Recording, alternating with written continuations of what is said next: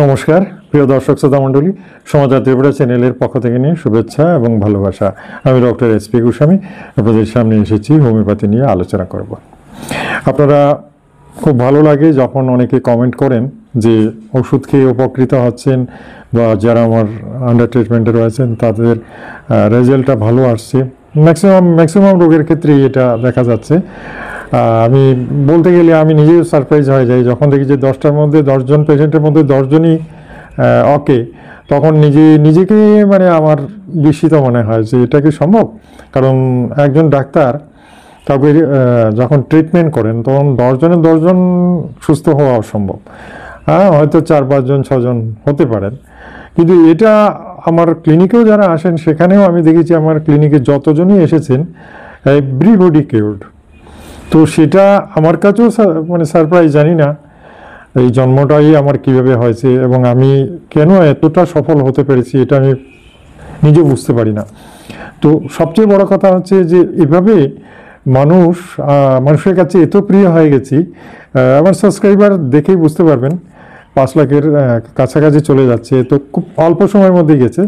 এটার প্রধান কারণই হচ্ছে সকলের কাছে মানে মনে হচ্ছে যে আমি খুব একটা সফলতা দেখাতে পেরেছি। এই সাকসেসটাই আমাকে সত্যিকারের সকলের কাছে জনপ্রিয়তা দিতে পেরেছে। তার সাথে আমি অবশ্যই হোমিওপ্যাথির কাছে কৃতজ্ঞতা প্রকাশ করব।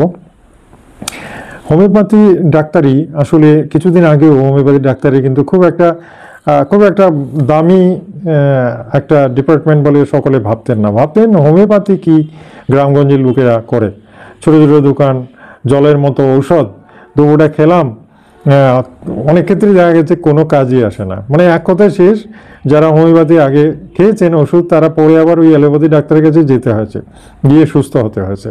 তো সেই জায়গা থেকে আজকে হোমিওপ্যাথি কতটা অ্যাডভান্স যে আসতে পেরেছে আপনারা ধারণা করতে পারবেন না।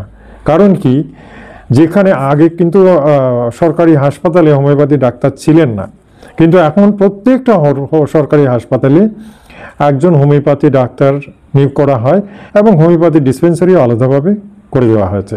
অর্থাৎ কিনা তাকে একেবারে সমমর্যাদায় সরকার বসিয়েছেন। কেন কি, হোমিওপ্যাথি আজকাল মানুষের কাছে এত জনপ্রিয়তা পেয়েছে, এত বেশি ট্রাস্টেড হয়ে গেছে যে সকলেই অ্যালোপ্যাথি ছেড়ে পর্যন্ত হোমিওপ্যাথি ওষুধ খেতে আগ্রহী।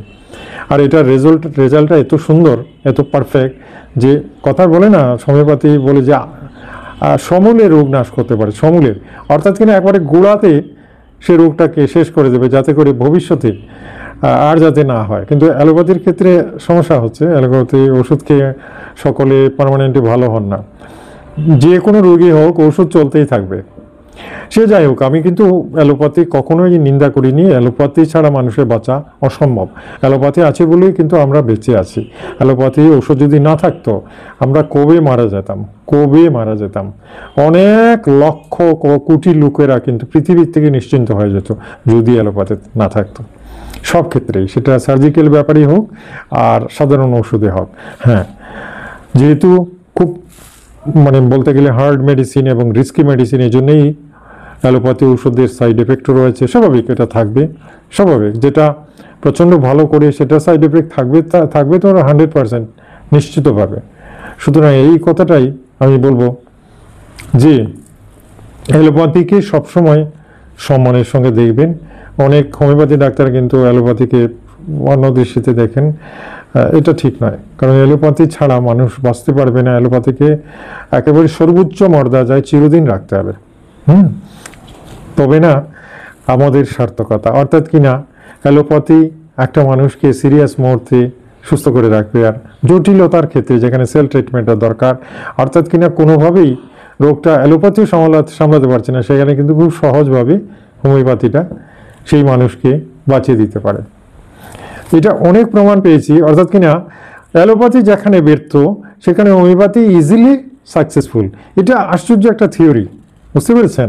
আর হোমিওপ্যাথি যেখানে ব্যর্থ সেখানে অ্যালোপ্যাথি 100% সাকসেসফুল। বুঝতে পেরেছেন তো? তাহলে এই যে উল্টোপাল্টা ব্যাপারটা, এই উল্টোপাল্টা ব্যাপারটাই হচ্ছে পৃথিবীর চরম সত্য কথা। বুঝতে পারছেন? এটার জন্য আমি বলবো যে হোমিওপ্যাথি ঔষধও দরকার, অ্যালোপ্যাথি ঔষধও দরকার। তারপরেও আজকে যে বিষয়টা নিয়ে আজকে আলোচনা করতে চলেছি, এই জন্যই ভূমিকাটা দিলাম, কারণ এমন একটা রোগ নিয়ে আজকে আলোচনা করব যেতেই অ্যালোপ্যাথির ওপরেই নির্ভর করতে হচ্ছে ম্যাক্সিমাম লোককে। এদিক সেদিক করা যাচ্ছে না, কারণ করলেই নির্ঘাত মৃত্যু। বুঝতে পারছেন তো?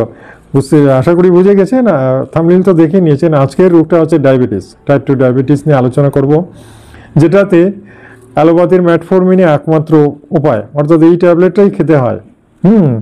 আর যাদের সিভিয়ার হয়ে গেছে তাদের তো আর ইনসুলিন ইঞ্জেকশন নিতে হবে, উপায় নেই। ইনসুলিন যেহেতু বডিতে তিল পরিমাণে তৈরি হচ্ছে না, ইনসুলিন ইঞ্জেকশন দিয়ে সেই কাভারেজটা দিয়ে দিয়ে কোনোরকম শরীরকে বাঁচিয়ে রাখা। তারপরেও দেখুন যারা ইনসুলিন নিয়ে থাকেন তাদেরও শরীর ভেঙে যায়, শুকিয়ে শুকিয়ে লাস্টে সব শেষ। ইনসুলিন নিলেও পরে দেখা গেছে কিডনি নষ্ট, হ্যাঁ, হার্ট নষ্ট, চোখের রেটিনা শেষ, মানে চোখ কানা হয়ে গেল, হার্ট ব্লক হয়ে গেল, কিডনি ফেলিওর হয়ে গেল, মানে সব মিলিয়ে এক কথায় ডায়াবেটিস একেবারে জম হয়ে আসলো আর জম হয়ে নিয়ে গেল শরীরটাকে। বুঝতে পারছেন তো? Very risky disease. আর এটাতে যে নিয়ম কানুন, অর্থাৎ ফুডিংয়ের ব্যাপার, অর্থাৎ কি খাবেন, তাহলে ঈশ্বর যেন মানে এক কথায় বলে দিলেন ডায়াবেটিস মানে আপনাকে জমকে পাঠিয়ে দিয়েছেন। কোনো খাদ্যই পৃথিবীর আর খাওয়ার মতো নেই ডায়াবেটিসে। সত্যি কথা বলতে কি, যা কিছু আপনার খাওয়া দাওয়া আছে সব ছেড়ে দিতে হবে, কিছুই খাওয়ার মতো নেই। আর যেটা আছে সেটা দিয়ে আপনার একটা মানুষ অন্তত তার রুচিটাকে সামলে, হ্যাঁ, রুচি বজায় রেখে খেতে পারবে না, কিচ্ছু খাওয়ার মতো নেই। মিষ্টি জাতীয় জিনিস দেখুন বাজারে বেরোলে প্রত্যেকটা জিনিসে অল্প পরিমাণ মিষ্টি আছে, প্রত্যেকটা জিনিসে পটাশিয়াম রয়েছে, প্রত্যেকটা জিনিসে সুগার রয়েছে, এটা রয়েছে, মানে এগুলো একেবারে কমন। এমন কোনো খাদ্যই পাওয়া যায় না যেটার মধ্যে নেই। সবজির ক্ষেত্রেও সেই। বুঝতে পারছেন তো? যে আলুটা সবার প্রিয়, অর্থাৎ কিনা আলু ছাড়া কি কিছু ভালো লাগে? আলু বাজার থেকে শুরু করে বাজারে যান আলুর চপ, তেলে ভাজার মধ্যে আলুর চপ, আলু দিয়ে সমস্ত কিছু, আলুর দম, হোটেলে গেলেন তো আলুর তরকারি, আলু তো থাকবেই। কোনো বিয়ে বাড়ি গেলেন, কোনো রেস্টুরেন্টে ঢুকে, মানে আলু একটা কমন, রুটি পরোটার সাথে আলুর দম এটা ওটা মানে লাগবে। সেই আলুই বললেন যে ডায়াবেটিস ডাক্তারবাবু বললেন যে আলু খেতে পারবেন না। কি খাবেন আপনি? এরপরেও রয়েছে আরো অনেক কিছু মিষ্টি জাতীয়, মানে ফলের মধ্যে দেখুন সব, এই যে বর্ষাকাল আসলো, আনারস, আম, কাঁঠাল, কত কিছু, কিচ্ছু খেতে পারবেন না। তাহলে জীবনটা কি হলো? জীবনটা তো আর জীবন রইল না। মানে এইসবই ছেড়ে যখন দিলেন, হঠাৎ একদিন মনে হলো একটা রসগোল্লা খাই, একটা বোঁদে খাই, এটা খাই, কিচ্ছু খেতে পারবেন না। এমনকি আপনি ভাবলেন যে একটা চকলেট চুষি, খেতে পারবেন না। আর কি বলবো, মানে এক কথায় জীবনের সমস্ত কিছু শেষ। এটাই হচ্ছে ডায়াবেটিস। সুতরাং ডায়াবেটিসের সাথে এখনো রিসার্চ চলছে, ডাক্তারি মানে প্রচণ্ড চেষ্টা চলছে আর কি করা যায়। আপনারা দেখে থাকবেন রিসেন্টলি যেমন এক ভদ্রলোক, রাশিয়ান এক ভদ্রলোক বের করেছেন যে ইনসুলিন ইঞ্জেকশনটা, যে পুশিংয়ের সূচের যে খোঁচাটার যে ব্যথা, এটা আর লাগবে না, ক্যাপসুলে হয়ে যাবে ইনসুলিন। এখন ডাইরেক্টলি অন্যভাবে অরেল ইনসুলিন খেতে পারবেন এবং সেটাই বডিতে অ্যাবজর্ব হয়ে যাবে, আপনার ওই সূচের খোঁচা খেতে হবে না। তাহলে এটাও একটা আশার কথা, অ্যালোপ্যাথি যেটা তৈরি করতে পেরেছে, এটাও একটা আশার কথা। যদি এটাও কমনলি মার্কেটে চালু হয়ে যায় তাহলে অনেক কষ্ট থেকে তো বাঁচলেন, হ্যাঁ, ডেলি সূচের খোঁচা খেতে হলো না। তো এই রকমই অনেক অ্যাডভান্স স্টেজে এসে যাচ্ছে সমস্ত কিছু।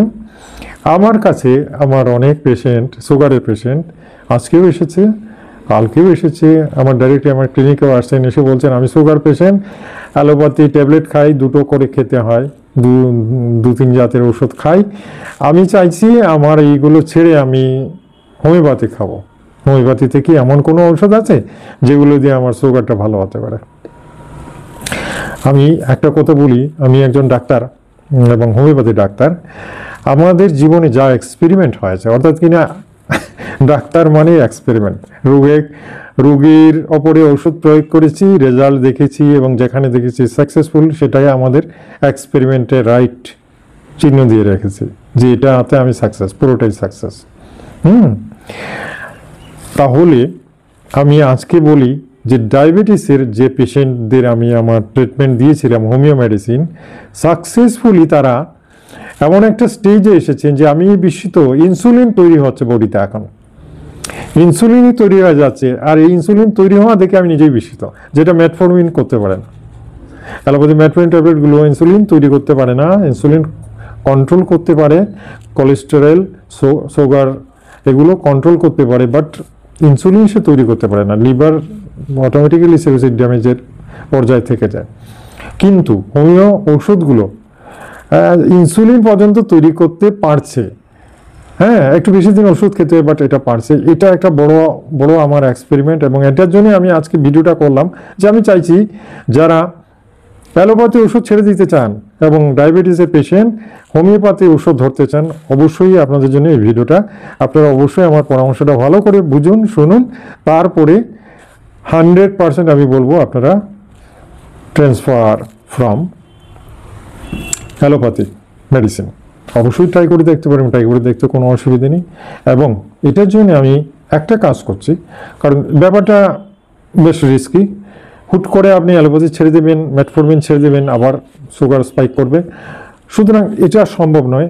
আপনি এইভাবে করতে হবে। আমি ট্রিটমেন্ট শুরু করব, অ্যালোপ্যাথি ট্যাবলেটও হয়তো 2-4-5-7 দিন 10 দিন খাওয়াবো, তারপরে ধীরে ধীরে সেটাকে মিনিমাইজ করে করে আপনাকে একসময় ছেড়ে দেবে। আর তখন হোমিওপ্যাথি যে ওষুধগুলো সেগুলো আপনার বডিতে অ্যাক্টিভ হয়ে যাবে, তখন আর সুগারের ওষুধ ক্যাপসুল এগুলো খেতে হবে না। বুঝতে পারছেন? খুব ইন্টারেস্টিং ভিডিও, আমার করতেও ভালো লাগছে, কেন কি প্রচুর পেশেন্ট সুস্থ হওয়ার পথে এবং স্যাটিসফাইড, ওষুধগুলো খেয়ে স্যাটিসফাইড। কিন্তু কয়েকজন লোক খুব ভুল করেছেন। আমি সুগারের আরও 2-1টা ভিডিও আমি দিয়েছিলাম, তারা কি করেছেন, আমি যেগুলো ওষুধ কিছু বলেছিলাম ওষুধ কিনে এনেছেন, আর একদম মেটফরমিন পুরা ওই দিনই ছেড়ে দিয়ে ওগুলো খেতে শুরু করেছেন। তাও সঠিক ঔষধ নয়, উল্টোপাল্টা ওষুধ কিনেছেন, খাওয়ার পরে কিছুদিন পরে সুগার বেড়ে গেছে। এই যে স্পাইক করে সুগার, এগুলো খুব রিস্কি, কিন্তু সবসময় মনে রাখবেন sugar level out of control হয়ে গেলে বডিতে নানা রকমের বিক্রিয়া ঘটে এবং শরীর মারাত্মকভাবে অসুস্থ হতে পারে, ইভেন অ্যাক্সিডেন্টাল পজিশনে যেতে পারে। তো সেটার জন্যে সেই কাজ কখনোই করবে না। একজন অভিজ্ঞ ডাক্তারের কনসালটেশনে, আন্ডার কনসালটেশন থেকে এটাকে করতে হবে, কারণ এটা মেডিসিন ট্রান্সফার এবং কনভার্ট করতে গেলে একটু বুঝে সুঝে করা দরকার, ফলো আপের মধ্যে থাকতে হবে।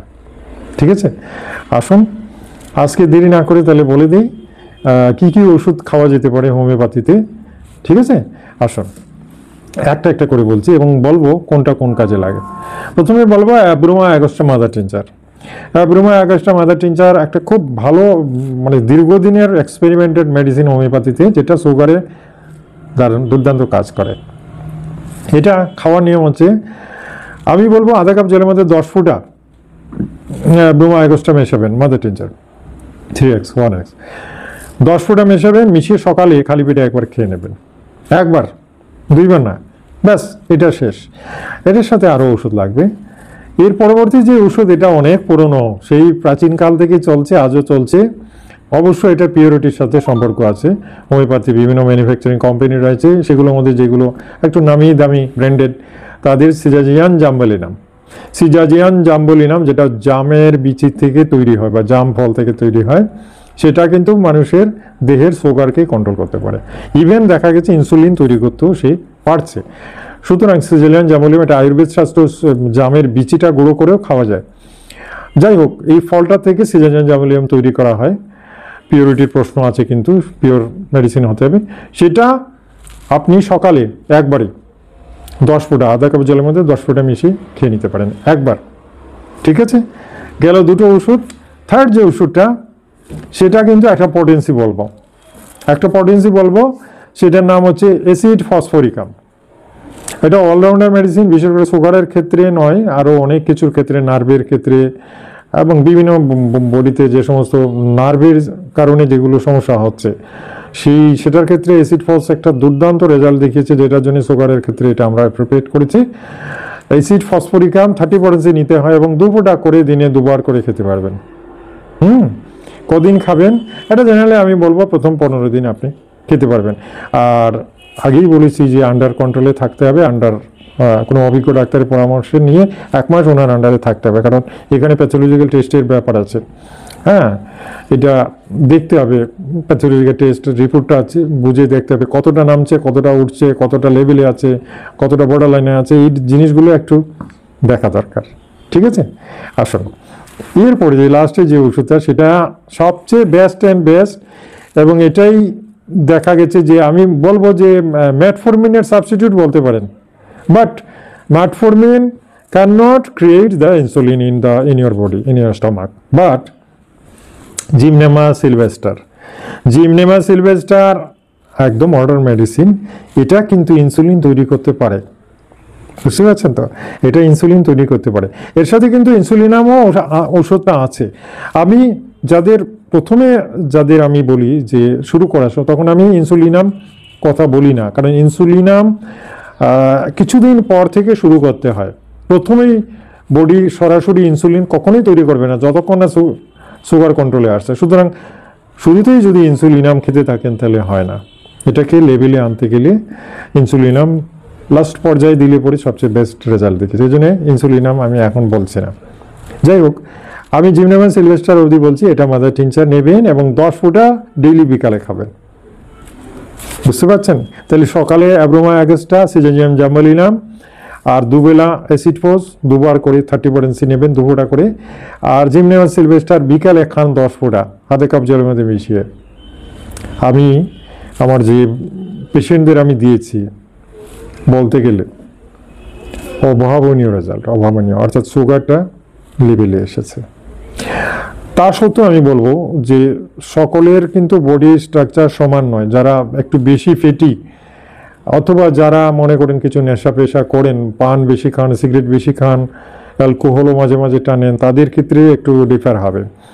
আর যারা একটু পেটুক বা লুবি বা কি বলবো, খাওয়া দাওয়ার কোনো কন্ট্রোল নেই, সব ঠিক আছে, ডাক্তারবাবু বলেছেন, ওষুধও খাচ্ছি, ম্যাটফরমিনই খাচ্ছি বা হোমিওপ্যাথি ওষুধ শুরু করে দিলেন, আর তারপরেও দেখলেন হঠাৎ করে বিয়ে বাড়ি গেলেন, এই সামনে খাবার থালা দেখে আলু সামলাতে পারলেন না, যা হওয়ার হয়ে খেয়ে নি, এরকম যাদের স্বভাব তাদের ক্ষেত্রে একটু আনকন্ট্রোল অবস্থায় থাকবে, এটা কিন্তু আমি পরিষ্কার বলে দিচ্ছি, বুঝতে পারছেন তো। সুতরাং সুগারের থেকে মুক্তি পেতে গেলে আপনাকে ধৈর্য, সহ্য, সহনশীলতা, লোভ এসব পরিত্যাগ করতে হবে এবং এক্সারসাইজের মধ্যে থাকতে হবে, শরীরটাকে একটু নাড়াচাড়া করতে হবে। যারা গাড়ি চালান, তো গাড়ি না চড়ে একটু হাঁটাহাঁটি করুন, সাইকেল বাইক করুন সকালে, হ্যাঁ, বা বাজারে যাবেন তখন আর গাড়ি নিলেন না, বাইক নিলেন না, একটা সাইকেল বাইক করে বাজারে যান, অথবা হেঁটে হেঁটেই যান, বা সপ্তাহে 2-3 দিন হাঁটুন, হেঁটে হেঁটে এদিকে ওদিকে ঘোরাঘুরি করুন, আর 2-1 দিন সাইকেল চালান, 1-2 দিন আপনি গাড়ি চালান। এইভাবে যদি সব মিলেমিশে করেন তাহলে বডিতে একটা ঝাঁকুনি আসবে। বিকালে ব্যাডমিন্টন খেলুন, নিজের মিসেসের সাথে, মেয়ের সাথে, বাচ্চার সাথে, ছেলের সাথে বা বন্ধুর সাথে একটা ব্যাডমিন্টনের করে নিন, গ্রাউন্ড করে নিন, সেখানে নেট তৈরি করে একটু ছোটো ছোটো করলে দারুণ বডিতে একটা ভালো ঝাঁকুনি আসে, শরীরে ঘাম ঝরবে, আর এতে কিন্তু সুগার নেমে যাবে, বুঝতে পারছেন তো। তাহলে সুগারের ট্রিটমেন্ট একই ব্যাপার, অ্যালোপ্যাথি ডাক্তাররা যেভাবে বলেছেন আমিও সেভাবেই বলবো, বাট আমাদের স্ট্রাকচার যেহেতু একটু অন্যরকম, হোমিওপ্যাথিতে এই ট্রিটমেন্টটার যে প্রসিডিউর আমি বলে দিলাম সেগুলো আপনাকে ঠিকভাবে মেনটেন করতে হবে। আর প্রথম দিকে কিছুদিন ম্যাটফরমিন খেতে হয়, তো সেক্ষেত্রে হয়তো ওষুধ একটু এদিক সেদিক চেঞ্জ করা যেতে পারে। তো সেক্ষেত্রে আমি বলবো যে ম্যাটফরমিন চলতে হবে, কিছুদিন চলতে হবে, এরপরে ধীরে ধীরে ম্যাটফরমিনটাকে ছেড়ে দিতে হবে। তারপরে অবশ্যই হোমিও ওষুধটা পুরোপুরি বডিতে অ্যাক্টিভ হয়ে গেলে আর লাগবে না। ঠিক আছে, আমার এই ভিডিওটা আজকে কেমন লাগলো আশা করি সবাই মন্তব্য করবেন। আমি জানি ভালো লাগবে সবার, কারণ অনেক লোকেরা এই রোগে ভুগছেন, তো ডায়াবেটিসটা সারা পৃথিবী জুড়ে স্প্রেডিং হচ্ছে। সুতরাং এই অসুখটা থেকে সকলেই মুক্তি পান, ঈশ্বরের কাছে এই প্রার্থনা করি। আমি এই উদ্দেশ্য নিয়ে ভিডিওটা করলাম, যাতে করে আপনারা অন্তত সুস্থ হতে পারেন এবং জীবনটাকে আরও কিছুদিন আয়ু বাড়াতে পারেন। ঠিক আছে, আমার চ্যানেলে আজকে যারা প্রথম এলেন চ্যানেলটা সাবস্ক্রাইব করে নিন, বেল আইকনটা টিপে দিন, যাতে প্রত্যেকদিন আপনার মোবাইলে আমার ভিডিওটা চলে যায়। আর এই ভিডিওটা ভালো লাগলে লাইক দেবেন, স্বাভাবিক। আত্মীয় বন্ধুদের ভিডিওটা শেয়ার করুন, আপনার বন্ধু বান্ধব ওনারাও ডায়াবেটিস ভুগছেন, সবাইকে সুস্থ রাখুন, সবাইকে হেল্প করুন, তারাও সুস্থ হোক। হ্যাঁ, আর যে ওষুধগুলো বললাম একদম সেফ মেডিসিন, চিন্তার কিছু নেই, ভয়ের কিছু নেই, এগুলো এটার জন্যেই, শুধু হাইপোগ্লাইসেমিয়া যাতে না হয়, অর্থাৎ কিনা সুগার যাতে ফল না করে, সেটার জন্যই অবজারভেশনে রাখতে হয়। কিছুদিন অন্তত বুঝতে হবে যে লেভেলটা ঠিক আছে কিনা। এটার জন্যে HbA1cও করাবো বা পিপি এবং ফাস্টিং এগুলোও করাতে হয়। সেটার জন্য প্যাথোলজিক্যাল টেস্টের দরকার পড়ে, সুগার টেস্ট করার দরকার পড়ে। সেটার জন্য আমার আন্ডারে আসতে হবে, অনলাইনে মেসেজ করুন, আমি অবশ্যই গাইড করব। ঠিক আছে, আগামীকাল আরেকটা মূল্যবান ভিডিও নিয়ে আপনাদের সামনে আসছি। ততক্ষণের জন্য বিদায় চাইলাম। নমস্কার, ধন্যবাদ।